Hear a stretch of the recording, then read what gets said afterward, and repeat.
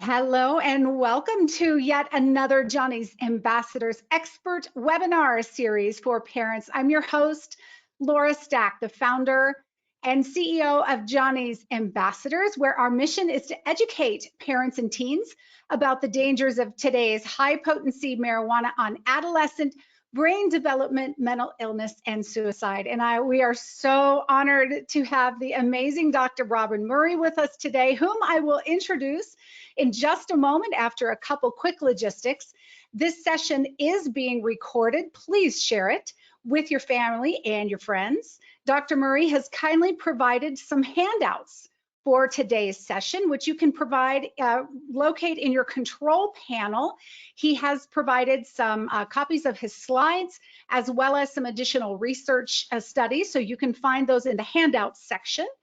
Dr. Murray will present for about 30 to 40 minutes using slides, at which point he will take questions. So as you think of questions, please type them into the question box so that you don't forget them, and I will come back on the end of his comments and read those to him in the order that I received them. So please type them in as they occur to you. So without further ado, I will introduce Dr. Robin Murray, who is a professor of psychiatric research at the Institute of Psychiatry, King's College London, and a fellow of the Royal Society FRS.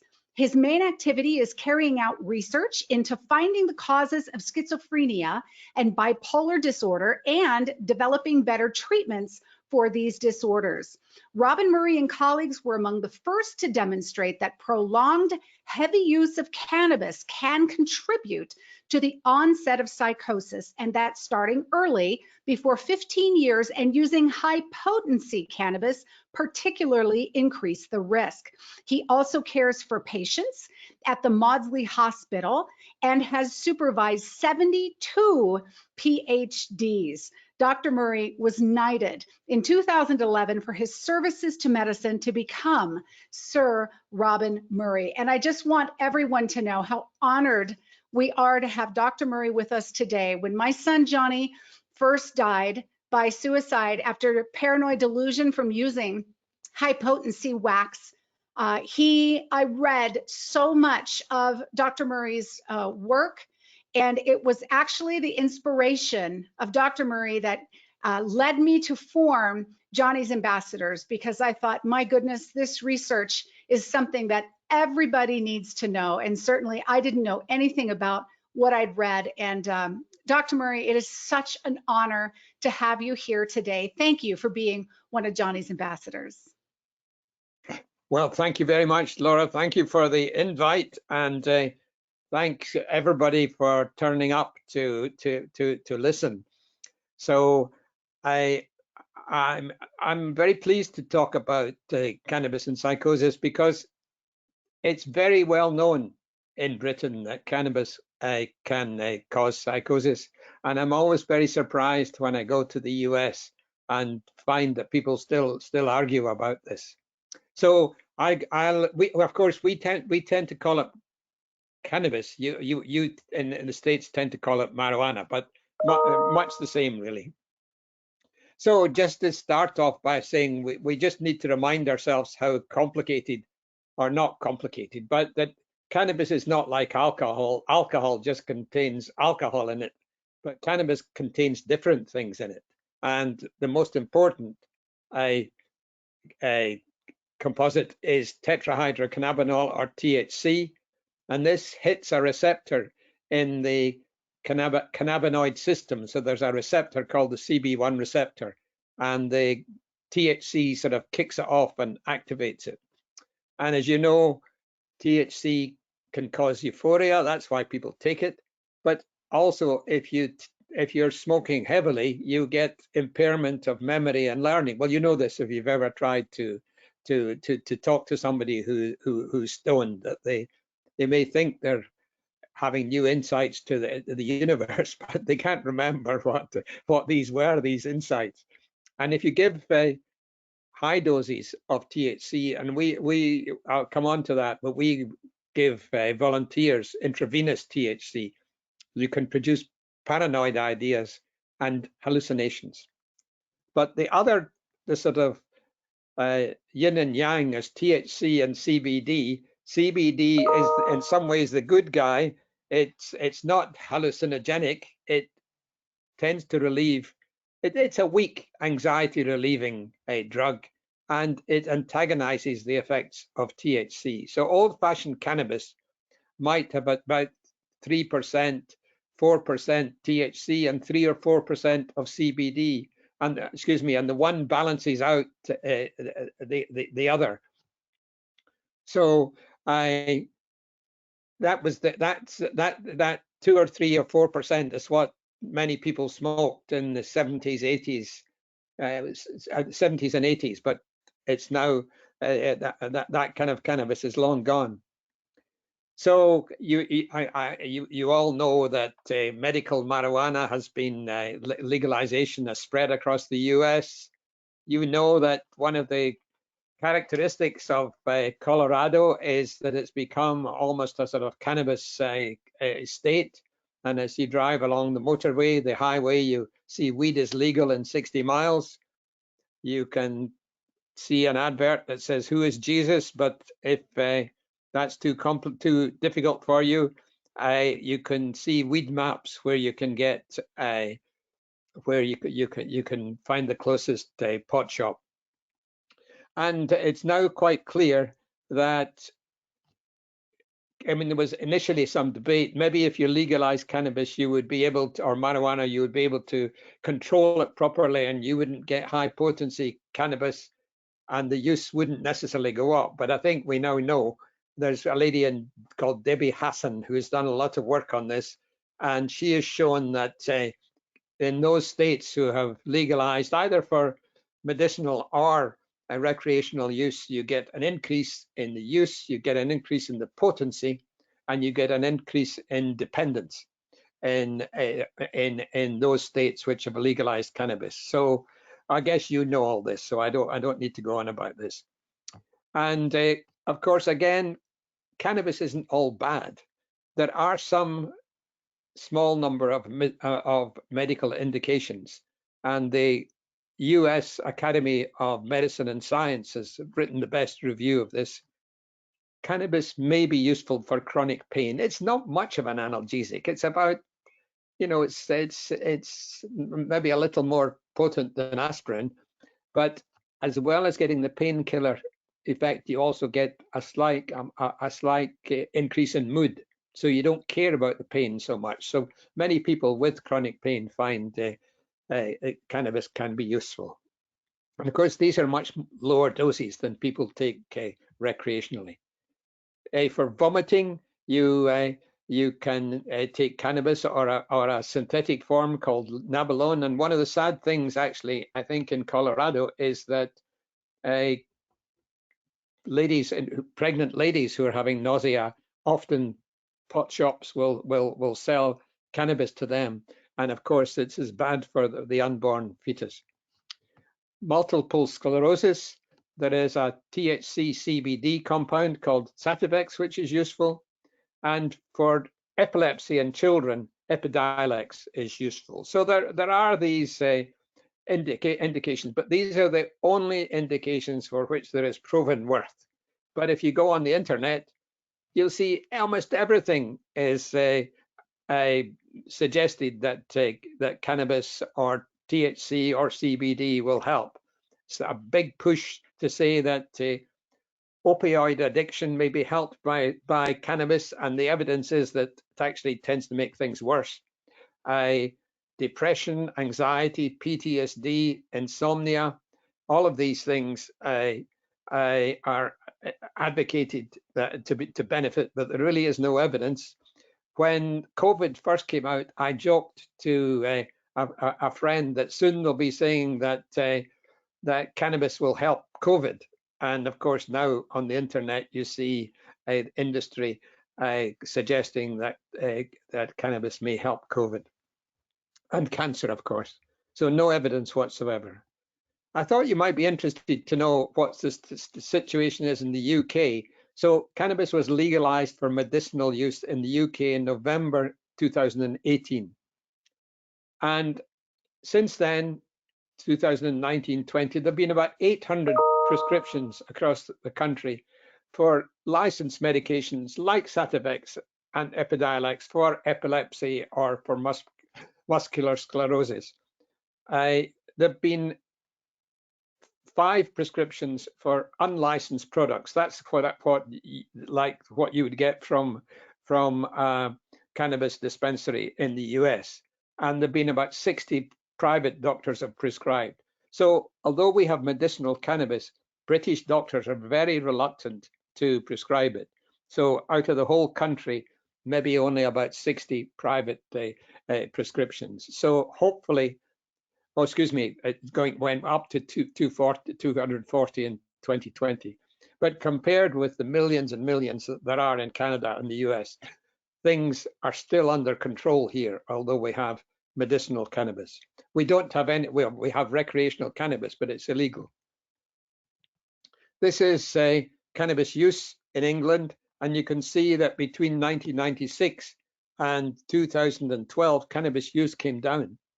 There was quite a big push on cannabis has lots of side effects, cannabis can cause psychosis.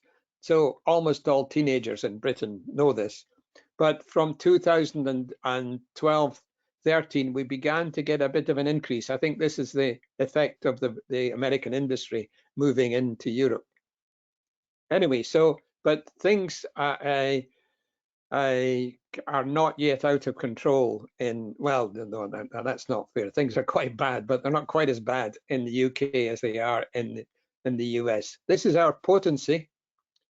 This just goes up to 2008, and I'll explain why. The first one is cannabis resin, or hash, you might call it. Then this is imported cannabis. This would be like the kind of a marijuana that you get in the US. I like to tell people that cannabis dealers in London are very generous. As well as you getting the cannabis, you get a free pen. No, this is just to show you the size.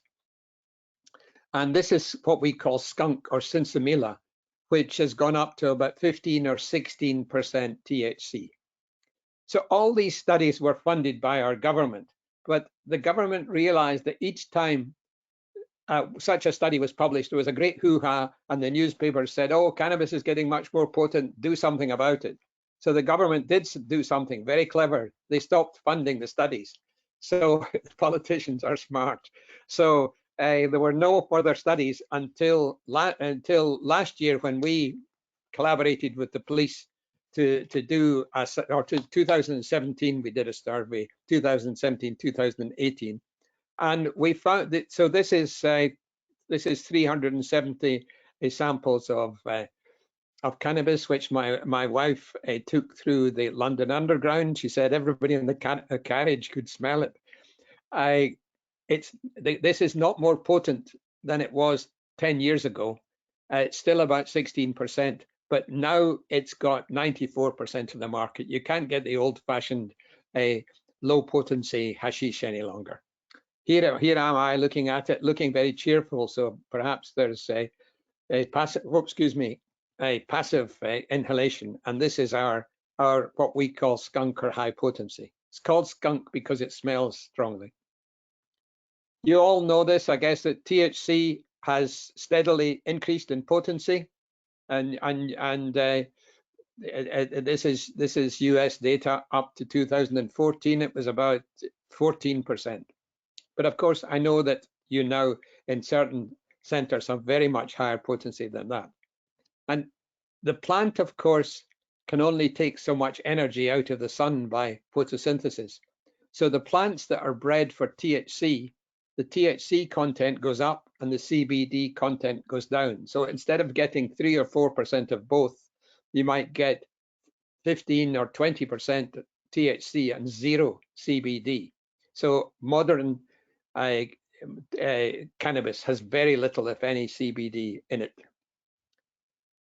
You all know that cannabis can cause dependence, loss of control, craving, tolerance, withdrawal. It used to be said about 10% of users will become dependent, But the recent data is in the US is that with the increase in potency, now 25 to 30% of regular users will become dependent. This shows Holland, and in the red you can see the increase in THC potency, and in the green you can see people being admitted to hospital in Holland with cannabis problems, and you can see that there's an increase in the THC, which stuck at about 20% in 2004, and there is then an increase, but it lags behind. Now then there was a little decrease in the potency of cannabis, and then a few years later there was a decrease in the number of people coming into hospital. So the more potent it is, the more problems it causes. The less potent it is, the less problems it comes. So you know that cannabis can cause cognitive impairment. People who are continually intoxicated, in Britain we call them stoners, and really bright kids who at 15 were hoping to get to university. By 25 or 30 they're hanging about doing nothing, or sadly sometimes on the streets. There's an increased risk of depression and suicide. Well, sadly, we heard from Laura that this was what happened to her son Johnny. There's a very good lady in Montreal, if you've not had her to come and talk, a lady called Gabriella Gobi, has done a lot of work on depression and suicide. There's a lot of argument about, some people say that PTSD and anxiety are helped by cannabis.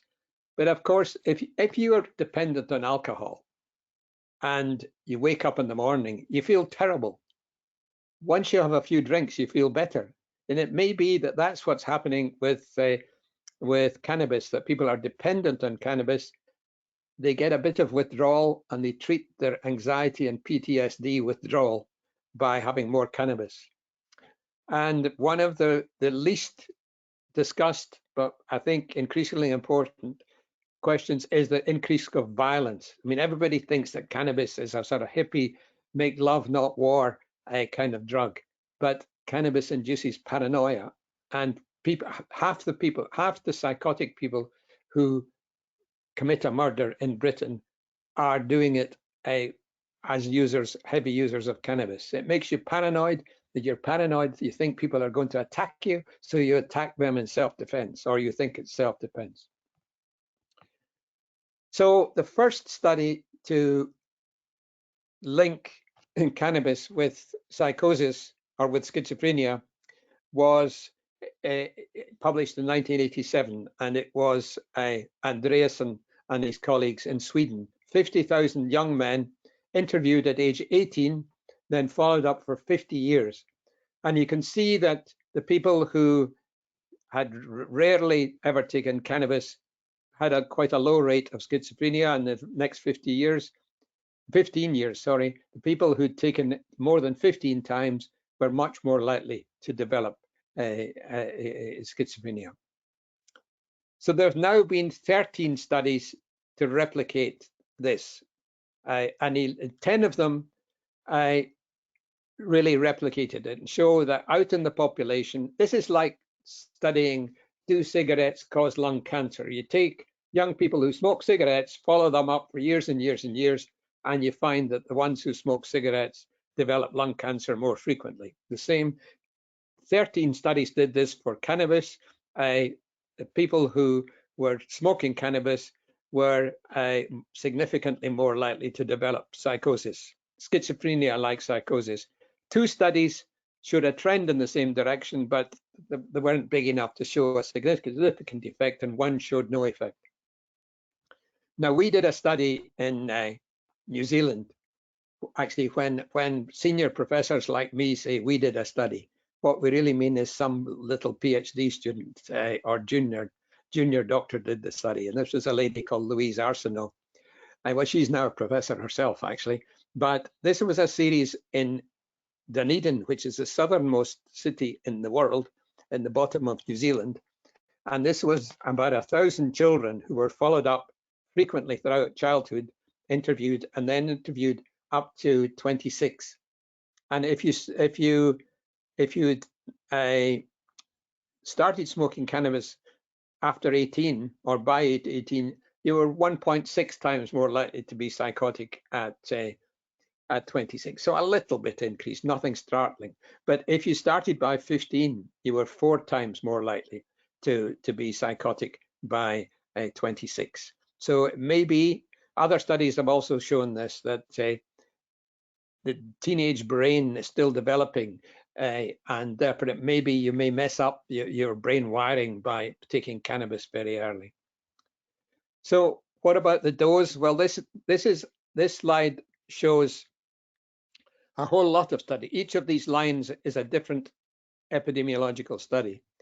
And down at the bottom are those who have taken the least cannabis, and up at the top are 20% who've taken the most cannabis. And in each study, you can see that the people who take the 20% who've taken the most are more likely to develop psychosis than the 20% who've taken the least. But this study here has a very modest effect. That was because it was in the US in 1990, when cannabis wasn't so strong. The red study at the top here is South London in 2012, by which time cannabis has got considerably stronger. And you can see that the slope of risk has got much greater. So I'm going to miss this slide out. We mentioned that CBD can inhibit paranoia. So in this slide, we're measuring paranoia, and we're taking people at the baseline, and the people with the blue squares, they get a placebo, a sugar pill, and then they get given THC, and you can see that they go more paranoid. In this group, in the people, in the red people, they are given CBD at the baseline, and then they take the THC, and you can see it doesn't have the same effect. So this old-fashioned cannabis contains quite a lot of CBD, which ameliorates and blocks the tendency of THC to induce paranoia and psychosis. And there've been a number of studies that have shown this, that that's the sad thing about modern cannabis. Not only does it have a lot more THC in it, but it doesn't have any of the old ameliorating CBD. So it really, you get a double whammy together. We now know that if you have people who are already psychotic, then the people who continue taking high potency cannabis have the worst outcome. More relapses, longer hospital admissions, more positive symptoms than those who discontinue cannabis. And again, it's especially the people that take the high potency. So in Britain, most people know that cannabis can induce psychosis. And indeed, an illustration of this is that after Boris Johnson and colleagues came to some particularly stupid decisions about Brexit, that the Times cartoonist explained it, that you saw a picture of them all smoking marijuana, and the cartoon said Brexit delusions caused by smoking too much marijuana. Unfortunately, that's not the cause of the Brexit, but it just shows you that the cartoonist for the London Times knew that his readers knew that cannabis could cause psychosis. And I think one of the sad things about the US that it's not so widely known. But is it so important that it actually makes psychosis more common, or is it people who were just going to go psychotic anyway, who maybe go psychotic a little bit earlier because of the cannabis.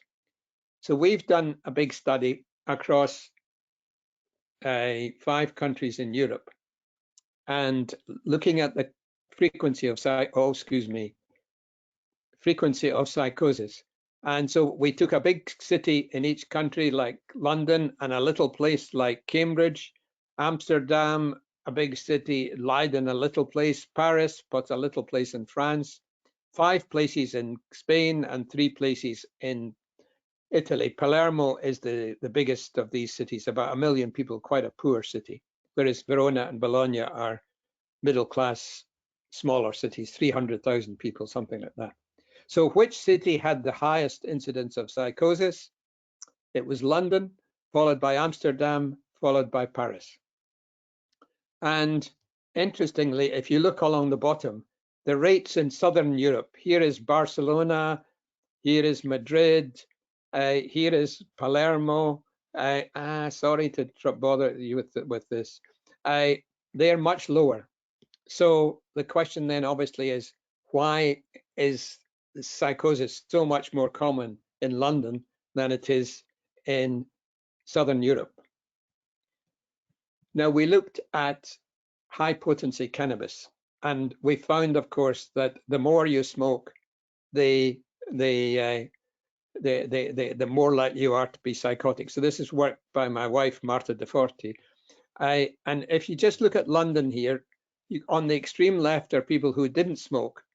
Then there are people who smoke low potency cannabis, and here again are those who are smoking cannabis every day. Potency about, a five-fold increase. But here is Amsterdam, and Amsterdam, Holland has the highest potency cannabis in the in Europe, and you can see the potency in Amsterdam goes up much higher, and therefore the risk is much higher too. So the daily users of high potency cannabis, which may be not our 15 or 16% in the UK, but 30 or 40%, their risk goes up 9 times. And you can see our poor old Queen here. The Queen, you've noticed she's been having a bad time recently. Meghan and Harry have been shouting about her. Well, actually not about her, but about the royal family. And here she gets lots of presents, of course, and she's had a hard time talking to the palace press office and saying, what will we do about Meghan? How can we reconcile with Harry? And she's thinking, well, what I need is a drink, or maybe not a drink, maybe I'll have a puff of cannabis. But she's a smart lady, and she knows not to take the smelly stuff. Not that, so she's smelling the cannabis and thinking, well, if it's the old-fashioned 1960 stuff, that didn't do much harm. But I certainly shouldn't take any of that skunk. But I'm making this up. This is a spoof picture I found on the internet. So I don't think she's got to be 94 smoking cannabis.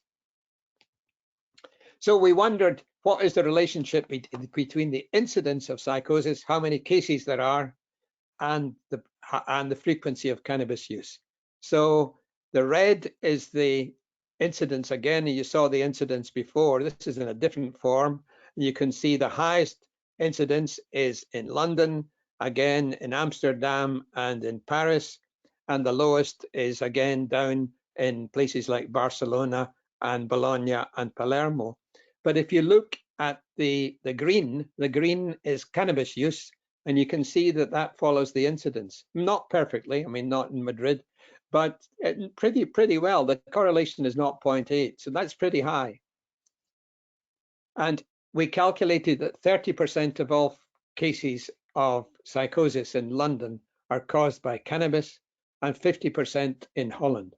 So if only we could abolish high potency cannabis, we psychiatrists in London would be much less busy. It would be a lot. Our hospitals would be a lot less. We'd be able to take better care of our psychotic patients without being run off our feet.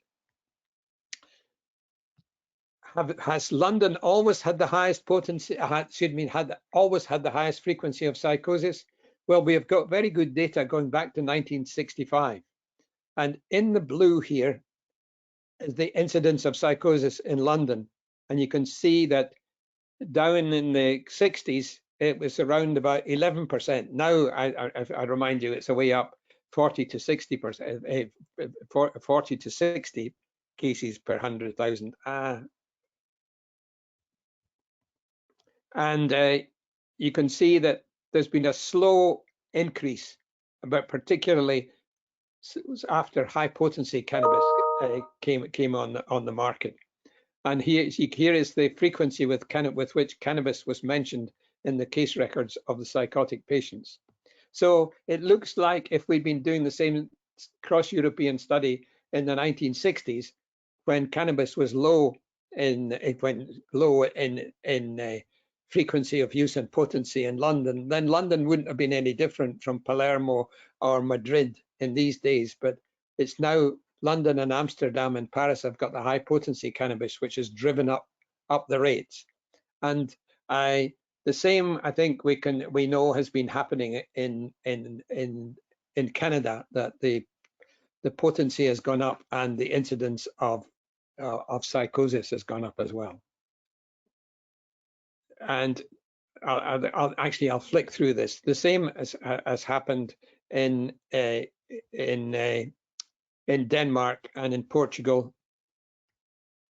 I don't know how much you have in the way of synthetic cannabinoids in the US, but synthetic cannabinoids are even more potent than a plant-based cannabis.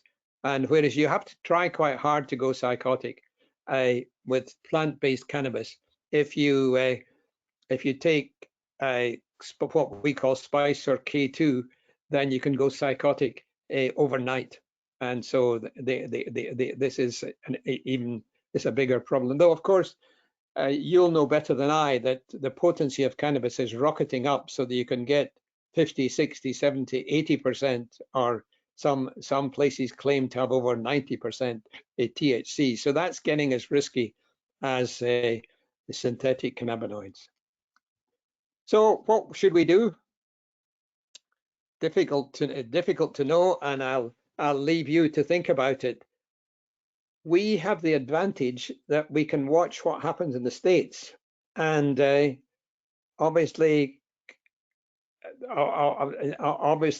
if you listen to industry, then everything has been going wonderfully well, and cannabis is medicinal. They should be putting it in the water just about because it's so good.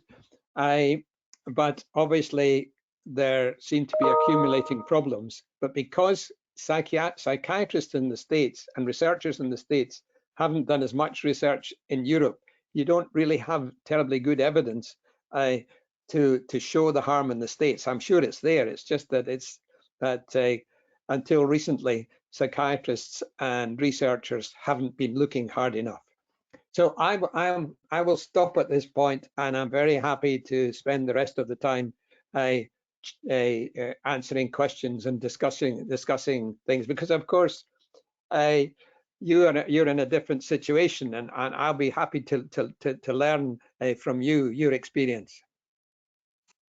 Thank you so much, Dr. Murray. This has been incredible. And like you said, I don't know why the US is not listening to all of this very clear research. And I hope everyone watching this shares it with at least one other person so that we can really work hard to get the word out that much of this research has already been done. And as you mentioned, the potency levels are so much higher, 95% plus THC. We do have several questions. So I will read these off to you, Dr. Murray. The first question is, thank you for speaking. The youngest patient I have seen with cannabis addiction is 11 years old, seen this week. Young teens are being seen with increased frequency with addiction and depression. What do you think about the use of nabilone for the treatment of addiction? Well, I've wondered about that.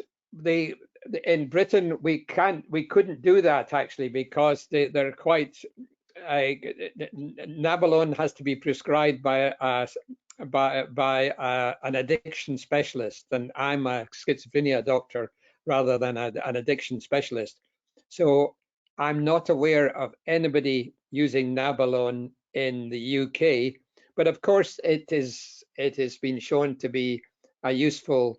It's been shown to be useful in other addictions. So I just can't answer that. So in the UK, what my wife Marta De Forti and I have been doing is been using Sativex, which Sativex is the compound that contains about 4% of THC and 4% of CBD, and we've been using that to try and help people to come off cannabis, and it seems to work reasonably well. We haven't done a controlled trial yet, but we hope to do so. I should say there is one complicating thing in Europe, that in Europe, 90% of people smoke their cannabis with tobacco. Ah. And I understand this is quite uncommon in the States. But that means that when you try and come off your cannabis, you have to you're coming off tobacco as well, which makes it doubly difficult. So we tend to be giving people nicotine replacement at the same time as Sativex. But I don't know about Nabalone. As I understand it, a lady called Haney in New York is the expert on withdrawal, or one of the experts on withdrawal from cannabis addiction. But anyway, this is always something at the first question. That's one I can't answer. No, not at all.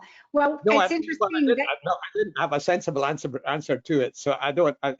So Laura, I hope the next question is easier.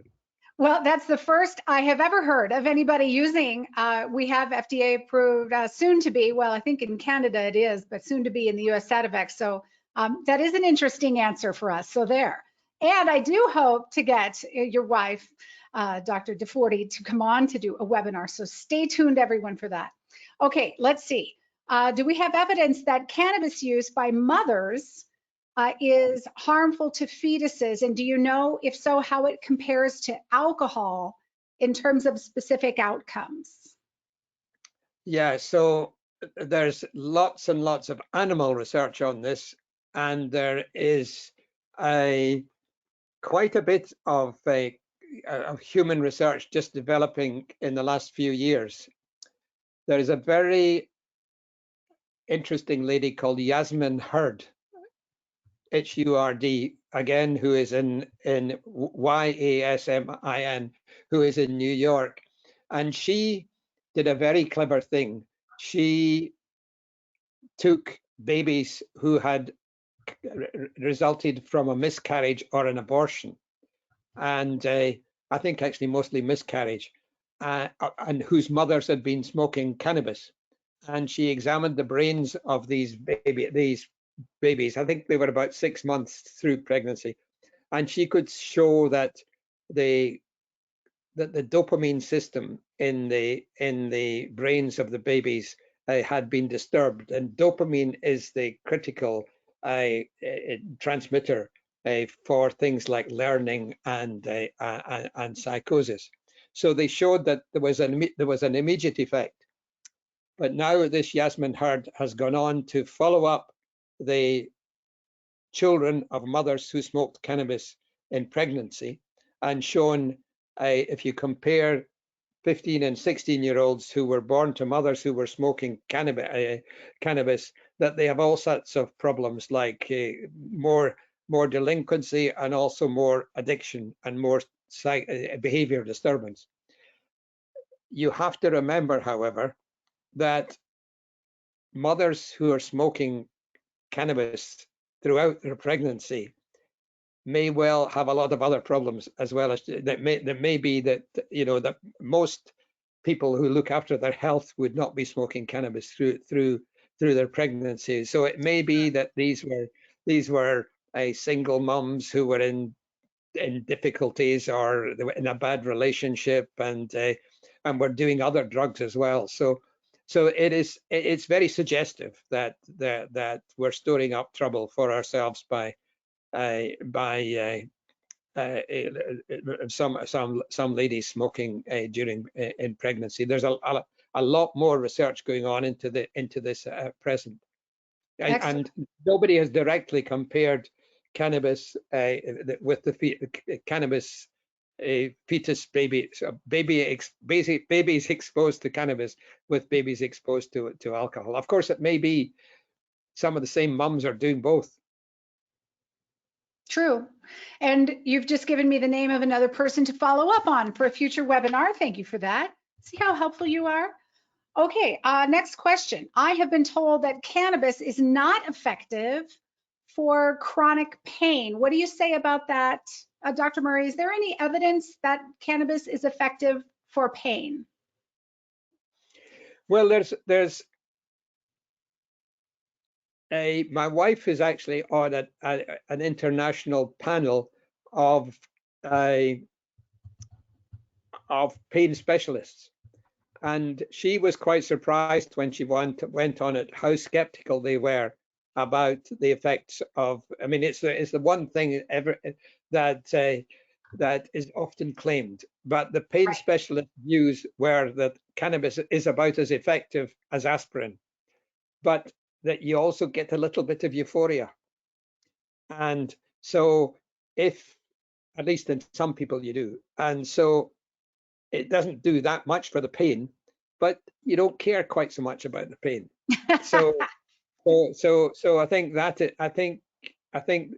the, it's nothing like as strong as opiates, but of course they have their own worst problems. So I think it's a weak analgesic with some mood increasing effects. And of course, I don't know about the States, but here CBD is advertised in pharmacies for everything.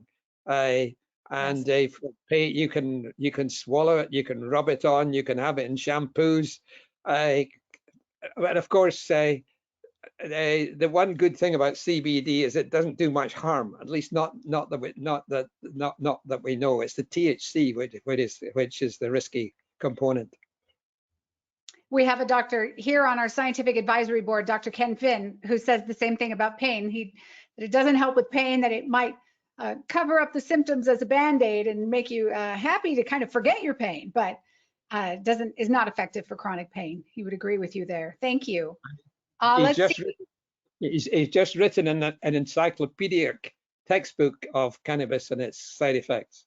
Yes. So it's if anybody wants to know the answer to anything about cannabis, it's in Ken Finn's book. I agree. Thank you for that. All right. Is skunk similar to Thai buds infused with extract, which has been called Thai stick?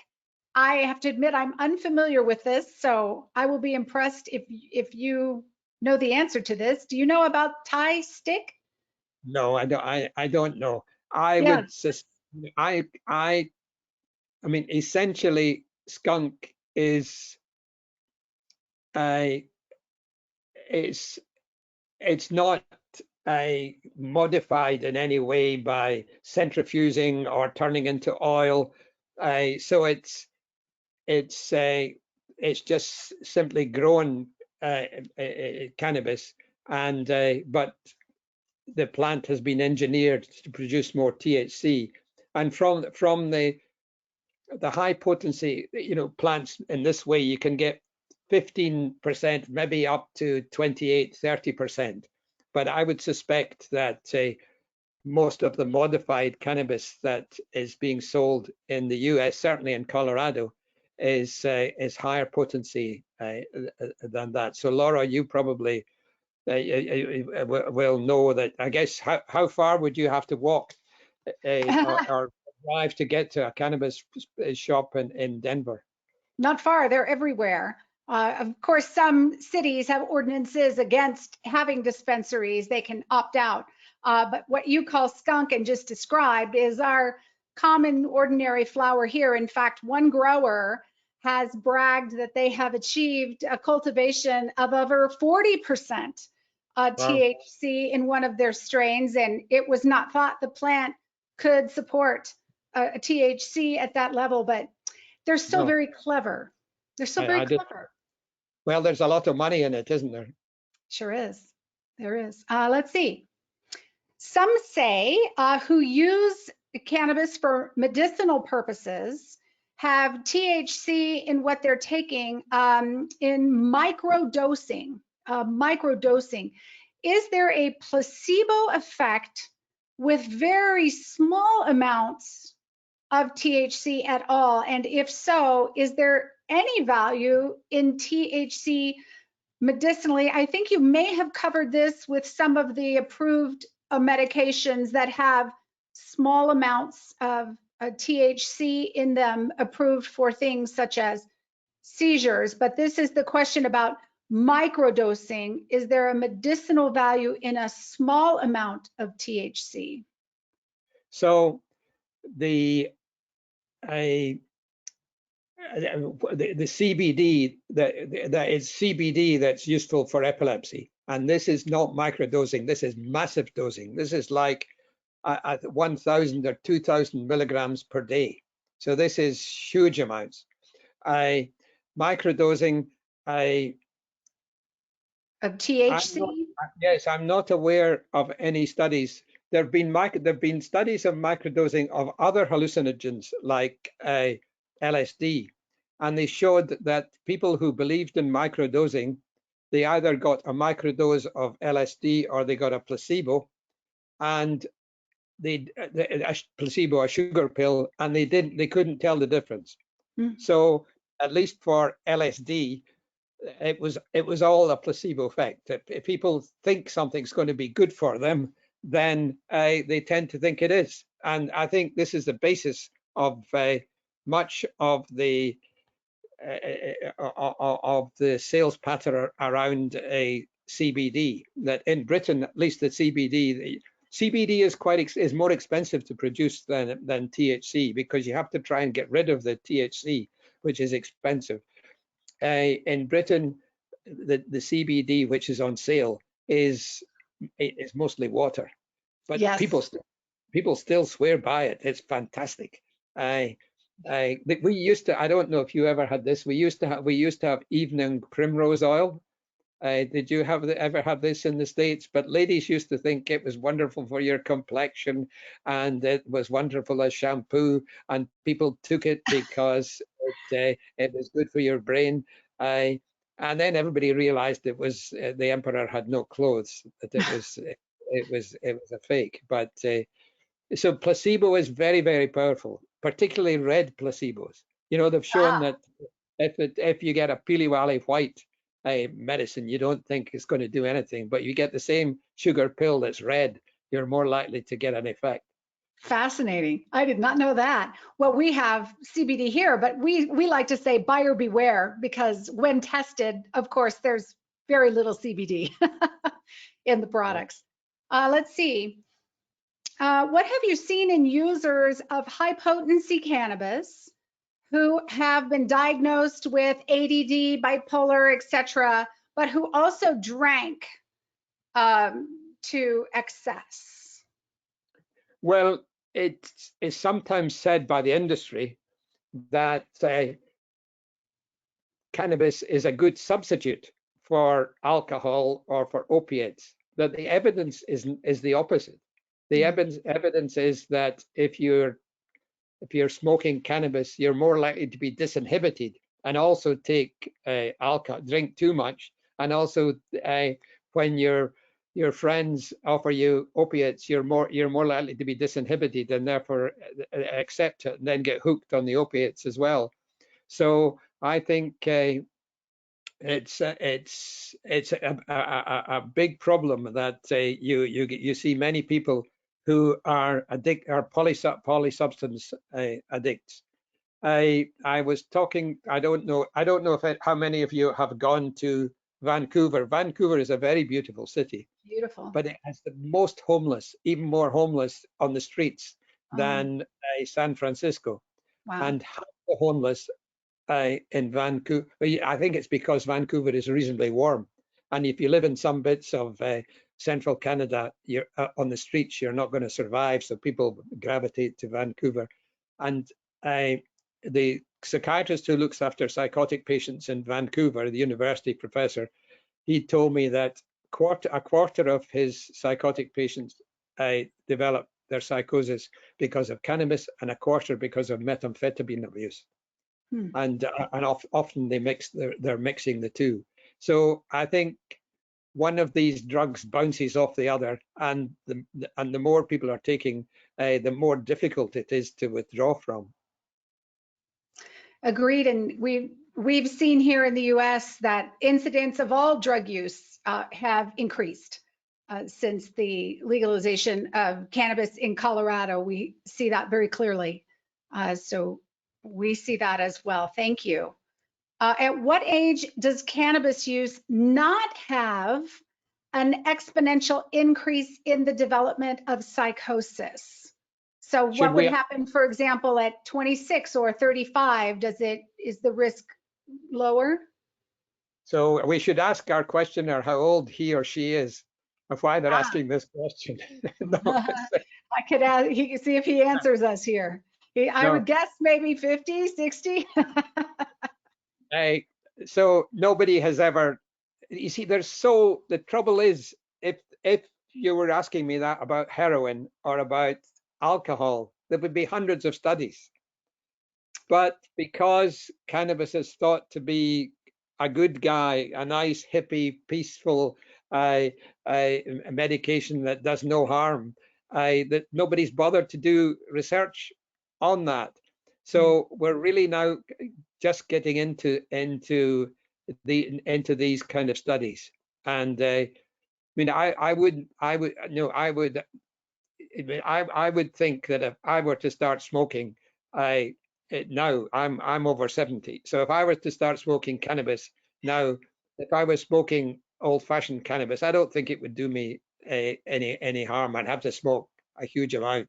But if I were to take a cannabis oil or wax dabs or 99%, I would bet I would go psychotic as well. So I think these high potency cannabises, I think they push anybody into psychosis.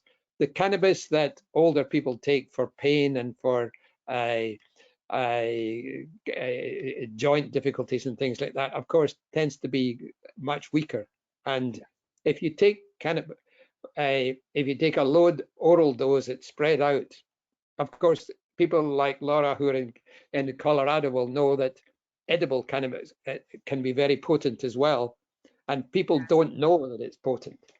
I once talked to a group of psychiatrists in, I think it was in Toronto, yeah, and at the end of the talk, the chairman said to me, I didn't want to admit this publicly. He was a psychiatrist. He said, I didn't want to admit this publicly, but I once went psychotic on cannabis. He said, it was my 30th birthday and my girlfriend was a very extroverted, a very good baker. And so she baked me this great cake and I really loved it. It was a fantastic cake. So I kept eating it. And she got more and more worried. She said, no, that's quite enough. No, it's not good for you. And he said, no, I really like it very much. And so nothing happened till an hour and a half later when he went psychotic. And so his girlfriend was a nurse. She said, you need to go to the emergency clinic. So they started off, but then he remembered that in Canada at that time, if you were taking any illegal drug, you lost your medical license. Oh. So they turned around and they drove over the border to Buffalo and they went to the emergency clinic there. So that's funny. Good story. We see the same thing with edibles here, where teens take some and nothing happens, so they take more and nothing happens, and all of a sudden they wind up in the emergency room with very acute symptoms. Did you ever try talking? I mean, I'm always surprised, Laura. The psychiatrists in Denver, the professor of the Department of Psychiatry in Denver, they don't seem to study cannabis much. Are they getting into? Many of them don't seem to read the research.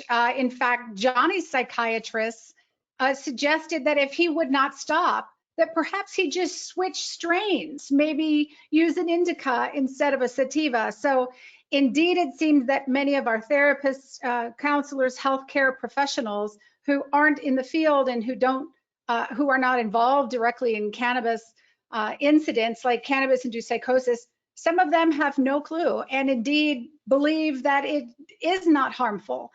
So that's part of our mission here as well, is to get the word out to all people, not just parents and teens, but you're correct.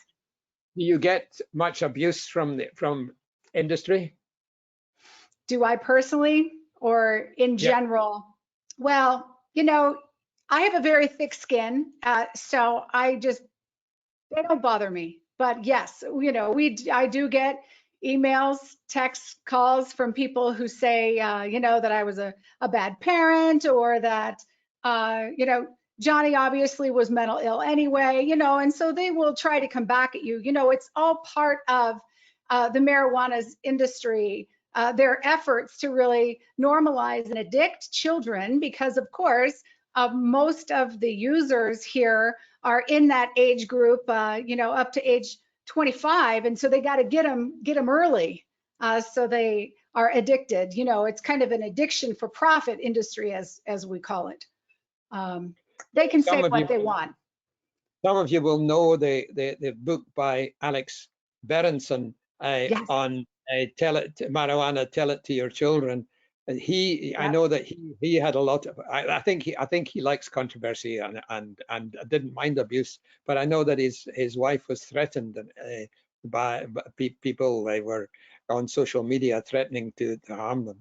Yes, well, I'm not going to let that get me down. Yes, Alex Berenson's book is excellent. Kevin Sabet's book, Smokescreen, comes out on April 20th, 420 day of this year. My book, my next book, The Dangerous Truth About Today's Marijuana, Johnny Stack's Life and Death Story, with a foreword by Kevin Sabet, comes out on July 10th on 710 DAB Day. So, you know, we have a lot of allied organizations who are really doing a lot of very good work to shout and scream and make a lot of noise to really draw attention to this. So hopefully the psychiatrists will soon start to see some of these effects. Well, it was the same in Britain 15 years ago. Psychiatrists didn't believe this, but now they all believe it. So if you keep plugging away, then I'm sure I hope it doesn't take 15 years. Let's see.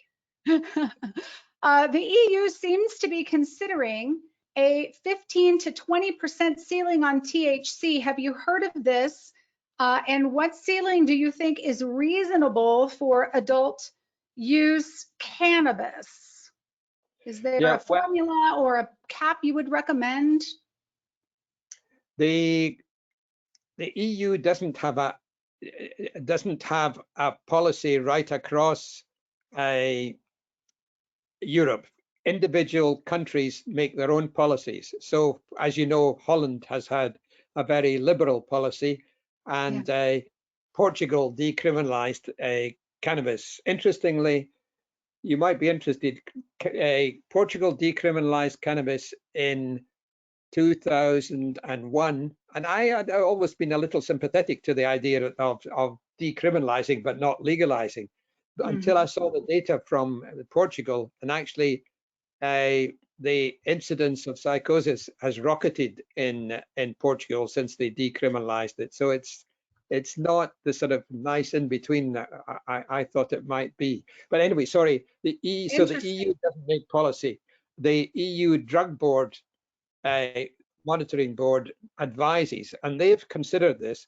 And in Holland, there was legislation introduced to the Dutch Parliament about 6 years ago to put a 13% limit, but it got thrown out. And the reason was, how do you know that? Say the police stop somebody and say, I'm confiscating this high potency cannabis, then the person will say, no, this is not high potency, this is only 10%.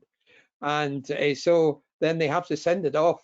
And I mean, it's going to take 24 hours to get it analyzed. so it's quite complicated. And Okay. so the Dutch didn't get any further. So say you put a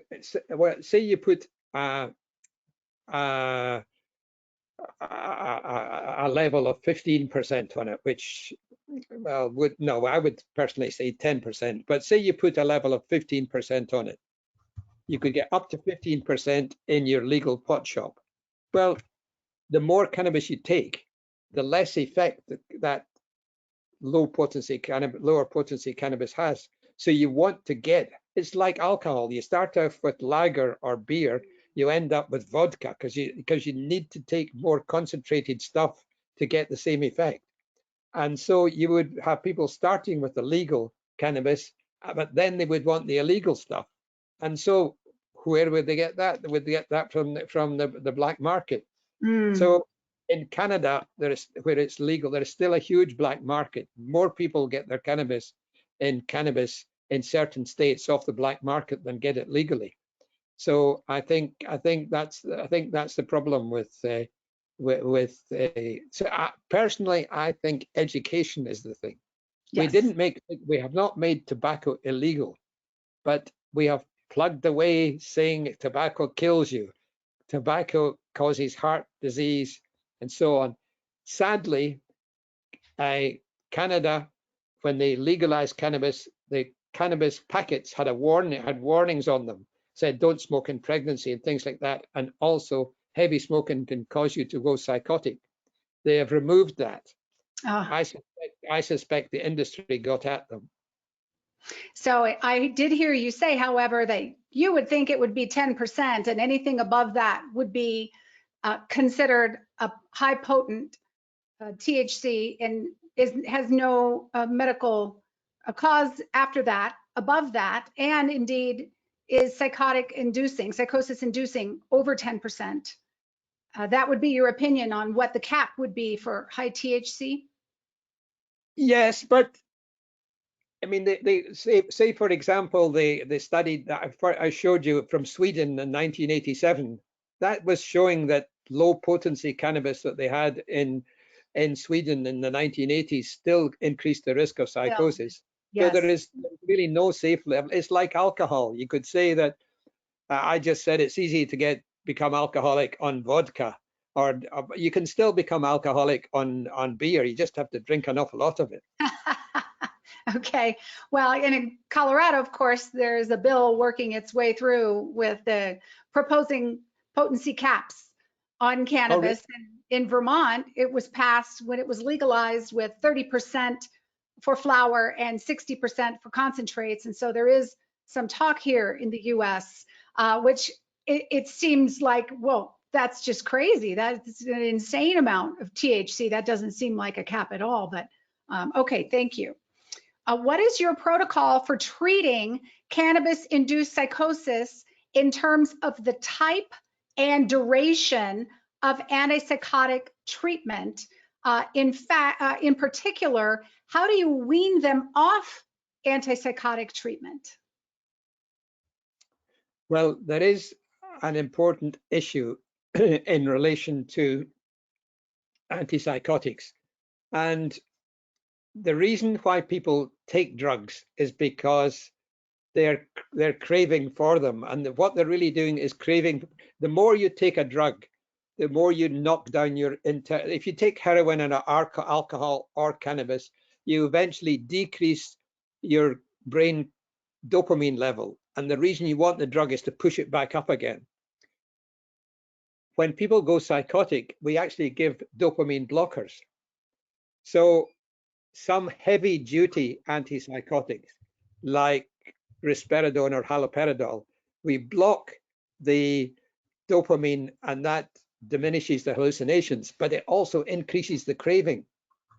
So people want the cannabis even more. So you come into hospital, you can't get your cannabis, you get an antipsychotic, which makes you want cannabis even more. So people can become quite disturbed and distressed in the cannabis withdrawal when they come into the hospital. So the first thing to say is it's better to give an antipsychotic which is not a heavy dopamine blocker. And there are some medications like like lorazepam or quetiapine or well, the best is clozapine, and they are easier for people who've been addicts to get off the drugs with. Now, once it's a very difficult issue to know when to stop the antipsychotics. If you've just been smoking cannabis for 3 months and you're unlucky and you go psychotic, then you may be able to have antipsychotics for a month or 2 months and then slowly come off them. If you've been smoking cannabis for 5 years, then you may never get off them. That's the harm. So there is no perfect formula.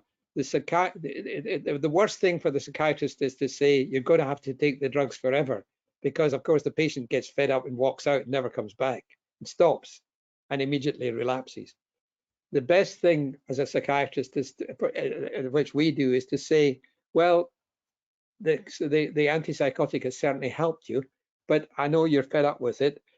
Why don't we try a very small dose? Somebody who's on, say, 4 milligram, say is on 15 milligrams of a drug called olanzapine. Why don't we try and see how you get on with 12.5 milligrams? And you try that for 2 months. And if you get on well, we go on to 10 milligrams for another 2 months, and so on. And it might take a number of months, but at least the young person knows he's not telling me I've got to live with these antipsychotics forever. And you can enlist them on a sort of together try and get the dose down. And if the symptoms ever come back, then you have to stop at that point. But you keep doing it slowly. A considerable proportion of people will get off. Okay, and I want to be respectful of your time. I know we are over our allotted hour. There are still many questions. Do you have a little more time to spend with us? Okay. Okay. Yep. Oh, and Ken Finn is on. He says, well done, Dr. Murray. We have no access to cannabis-based medication for supposed qualifying conditions. Medical marijuana has been a ruse and a Trojan horse. I got my medical marijuana card in 60 seconds, he wanted you to know. I hope he's not using it. No, we just wanted to see how easy it was to get when you say, you have a migraine, and of course here, it's not a prescription in the sense that it is there, it's simply a recommendation. There's no dosing, timing, how often, how frequent, there's none of that. What about, really is, as you say, it's the Wild West. It's the Wild, Wild West, we like to say. Do you know, let's see, why do we keep on?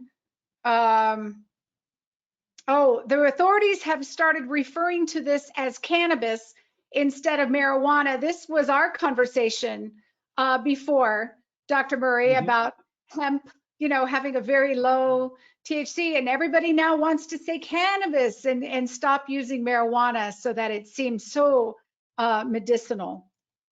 See, I hadn't thought of that. Yeah. How do we get help for our children who are adults?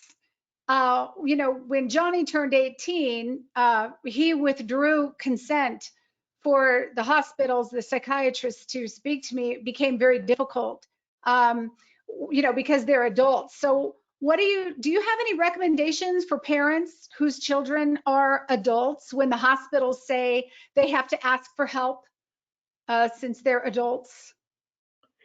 No, it's very difficult, particularly if with cannabis, people can be paranoid, so about their family as well.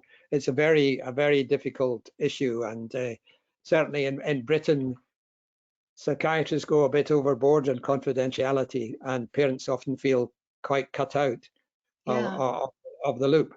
I think sometimes psychiatrists get fed up with what we call over-intrusive mums.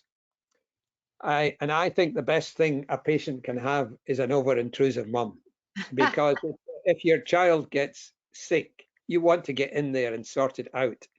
And so I think that it's important to the psychiatric team knows you're there and you're happy to support your son or indeed daughter.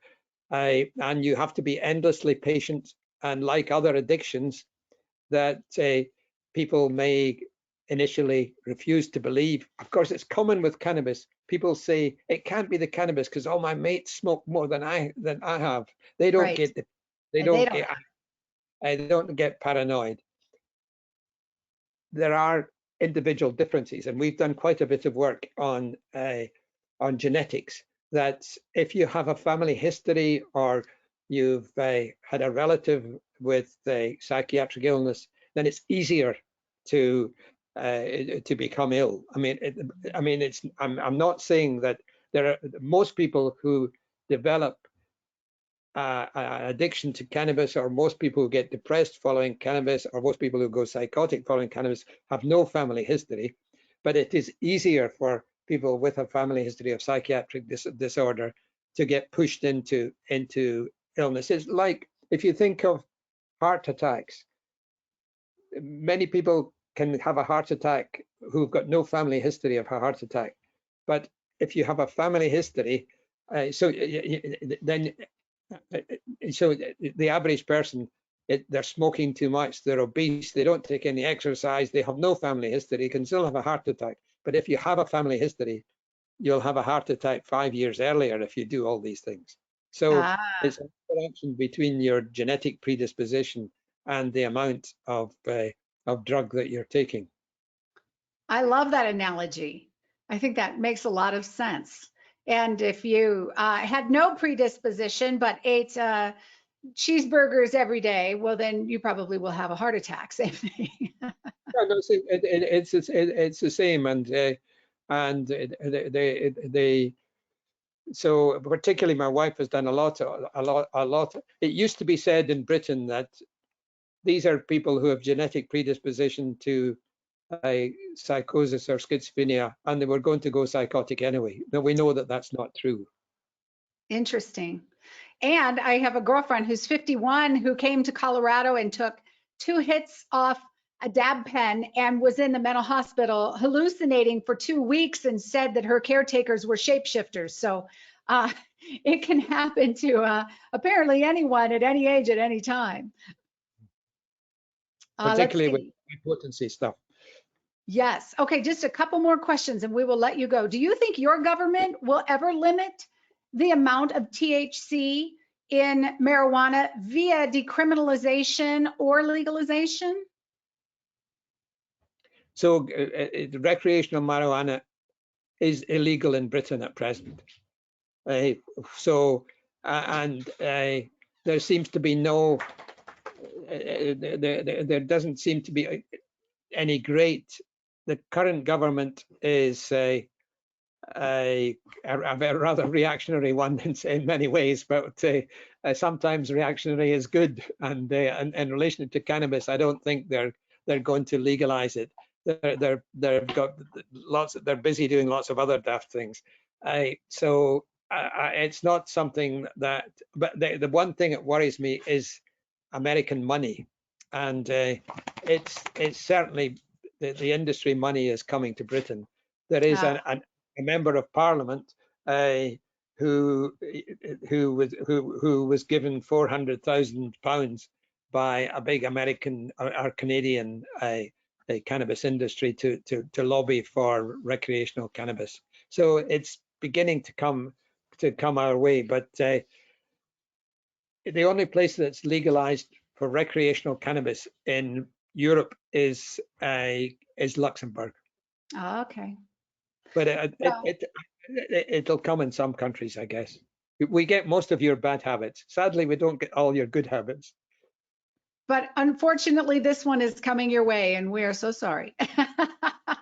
Dr. Murray, this has been so delightful. You are delightful and knowledgeable, so informative. I am so honored. I'm like a giddy schoolgirl having you here for this webinar. We are so honored by your time, your gift of your talent to Johnny's Ambassadors. We had many more questions for you. Maybe I'll shoot you an email and ask you a few more questions and summarize those for our readers in a future blog post. But get in touch with some of the others, including your wife, whom we would love to have, Marty DeForty, come on, the esteemed Dr. DeForty, to do a webinar, and some others. But you are most kind for your time and your contributions. Very interesting, and of course, it's very interesting to understand the American experience. Yes, anytime you would like to talk, I will speak with you for hours and hours. Thank you so much, Dr. Murray. Have a great evening. Bye-bye. You too. Bye-bye.